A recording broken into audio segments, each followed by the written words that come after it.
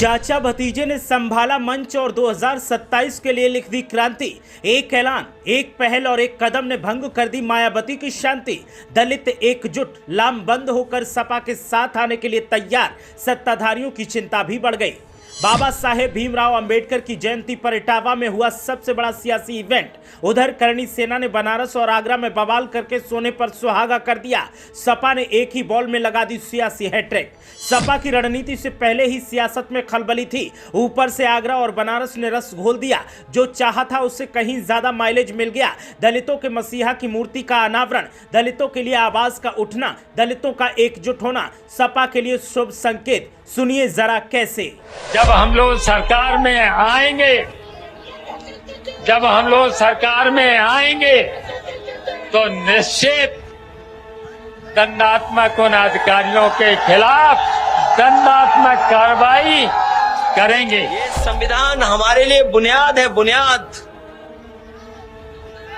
ये बुनियाद है हमारे लिए जो बाबा साहब भीमराव अम्बेडकर जी ने दिया। साहब के संविधान का पालन नहीं कर रहे हैं, ऐसे बहुत से अधिकारी हैं जो दलित हैं, वंचित हैं, उनके अधिकारों को पूरा नहीं कर रहे हैं। कल्पना कर सकता हूं कि अगर हम लोगों के साथ ऐसा व्यवहार हो सकता है तो और हमारे जितने बहुजन समाज के लोग हैं उनके साथ न जाने कैसा कैसा व्यवहार होता होगा। तो सुन लिया आपने, शिवपाल सिंह यादव हो या फिर अखिलेश यादव, दोनों ही नेताओं ने, चाचा भतीजे ने एक मंच से हुंकार भरी और उत्तर प्रदेश की सियासत में एक नई क्रांति लिख दी है। और ये क्रांति 2027 के विधानसभा चुनावों में कुछ बड़ा उलटफेर जरूर करेगी। आपको बता दें कि अंबेडकर की जयंती पर अखिलेश यादव और शिवपाल सिंह यादव ने जनसभा को संबोधित किया और बाबा साहेब की मूर्ति का अनावरण किया। और इस मौके पर दलितों को एक साथ एक डोर में पिरोते हुए समाजवादी पार्टी के लिए लामबंद कर दिया है।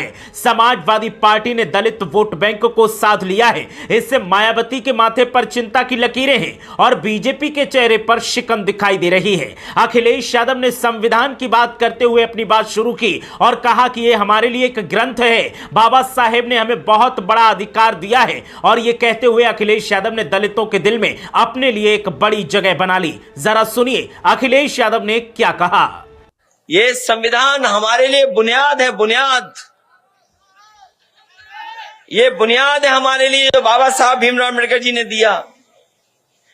ये संविधान हमारे लिए कर्म ग्रंथ है। ये जो लोग अपने मन विधान से चलाना चाहते हैं,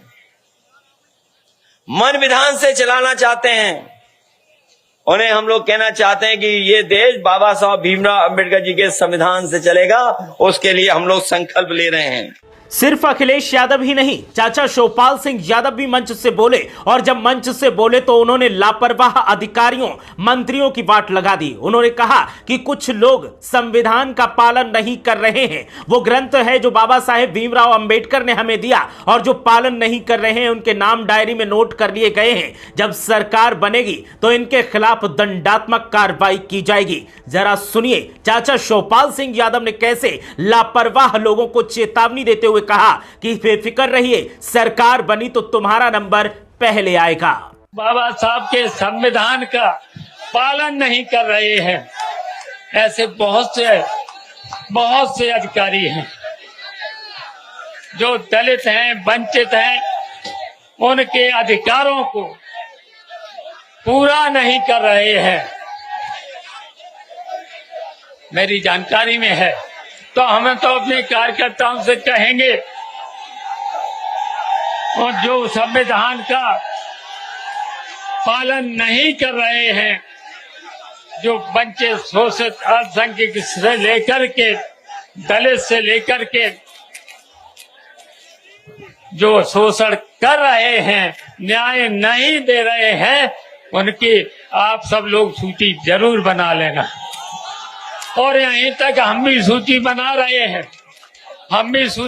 रहे हैं तो हमारी अपील है कि जो बाबा साहब के संविधान में जो अधिकार मिला है उसका जो अधिकारी पालन नहीं कर रहे हैं तो उनका नाम आप लोग नोट अपनी डायरी पर नोट जरूर कर लेना। और इसलिए कर लेना देखिए, जब हम सब लोग मिलकर के जितने भी शोषित पीड़ित लोग हैं, दबे कुचले लोग हैं, दलित से लेकर अल्पसंख्यक से लेकर के और यहाँ तक कि पिछड़े लोग भी बहुत पीछे चले गए हैं, अगर उनको न्याय नहीं देते हैं तो सरकार, जब हम लोग सरकार में आएंगे तो निश्चित दंडात्मक उन अधिकारियों के खिलाफ दंडात्मक कार्रवाई करेंगे। बात सिर्फ यहीं तक नहीं रुकी। शिवपाल सिंह यादव के बाद अखिलेश यादव का मौका था और अखिलेश यादव ने बोलते हुए कहा कि मैं समझ सकता हूं जब मेरे साथ ऐसा हो रहा है तो बहुजन समाज के लोगों के साथ बताइए कैसा होता होगा। जरा सुनिए क्या कहा उन्होंने। मैं सोच सकता हूं, कल्पना कर सकता हूं कि अगर हम लोगों के साथ ऐसा व्यवहार हो सकता है तो और हमारे जितने बहुजन समाज के लोग हैं उनके साथ न जाने कैसा कैसा व्यवहार होता होगा। और वो हमें देखने को मिल रहा है। हमारा आरक्षण छीना जा रहा है, हम लोगों को कहीं आगे बढ़ने का मौका नहीं दिया जा रहा है, सरकारी स्कूल बंद किए जा रहे हैं, संस्थाओं में अपने लोग बैठा करके अपने लोगों का अपॉइंटमेंट किया जा रहा है। इटावा में शिवपाल सिंह यादव और अखिलेश यादव जब दलितों को संबोधित कर रहे थे, दलित वोट बैंक को अपने पाले में करने की कोशिश कर रहे थे, उसी वक्त करणी सेना ने कुछ ऐसी कारगुजारी कर दी जिसने सोने पर सुहागा कर दिया और अखिलेश यादव का दांव एकदम सटीक बैठा। शिवपाल सिंह यादव ने जो बातें कही वो दलितों के दिल में घर कर गई और समाजवादी पार्टी के लिए एक बड़ी जगह, एक बड़ा स्पेस बन गया। समाजवादी पार्टी के नेता इधर लोगों को संबोधित कर रहे थे, उधर करणी सेना आगरा में रामजीलाल सुमन को एक बार फिर मजबूर कर रही थी कि माफी मांगी जाए और तलवारें लहरा रही थी। तो वहीं बनारस में हरीश मिश्रा के ऊपर चाकू से कातिलाना हमला किया गया और ये बातें सोने पर सुहागा साबित हुई। अखिलेश यादव ने कहा कि दलितों पर चारों तरफ अत्याचार हो रहा है लेकिन सरकार आंखें मूंद कर बैठी है। मायावती ने भी चुप्पी साध रखी है। तो ऐसे में आप समझ सकते हैं कि आपकी आवाज को कौन बुलंद करेगा, आपके साथ कंधे से कंधा मिलाकर कौन चलेगा। वो कोई और नहीं, पीडीएस समाज का नेतृत्व कर रहे हम लोग हैं, समाजवादी पार्टी है। और ये बातें दलितों के दिलों में घर कर गई हैं। और अब सियासी जानकारों का कहना है कि एक ही दिन में एक साथ इतनी बड़ी घटनाओं का होना समाजवादी पार्टी के पक्ष में संकेत दे रहे हैं और इससे सत्ताधारी पार्टी को भी झटका लगेगा, मायावती का वोट बैंक भी खिसकेगा और समाजवादी पार्टी को इससे फायदा मिलेगा। 2027 में इसका पूरा असर देखने को मिलेगा। जो चाल अखिलेश यादव ने चली, जो चाल समाजवादी पार्टी के रणनीतिकारों ने बताई, वो एकदम सही साबित हो रही है और सही जगह पर वो चोट कर रही है। इससे आने वाले वक्त में बदलाव के बड़े संकेत मिल रहे हैं। अब ऐसे में करणी सेना की एक कारगुजारी की वजह से जहां सत्ताधारी पार्टी के चेहरे पर शिकन दिखाई दे रही है तो वहीं मायावती के माथे पर भी चिंता की लकीरें उभर कर सामने आ गई हैं और अखिलेश यादव ने बाजी अपने नाम एक तरह से कर ली है। समाजवादी पार्टी ने महफिल लूट ली है। अंग्रेज जाने के बाद न केवल हमारा देश आजाद हुआ बल्कि बाबा साहब भीमराव अम्बेडकर जी ने हमें दुनिया का सबसे अच्छा संविधान दिया और संविधान देने के साथ साथ उन्होंने हमें और आपको अधिकार दिलाने का काम किया है।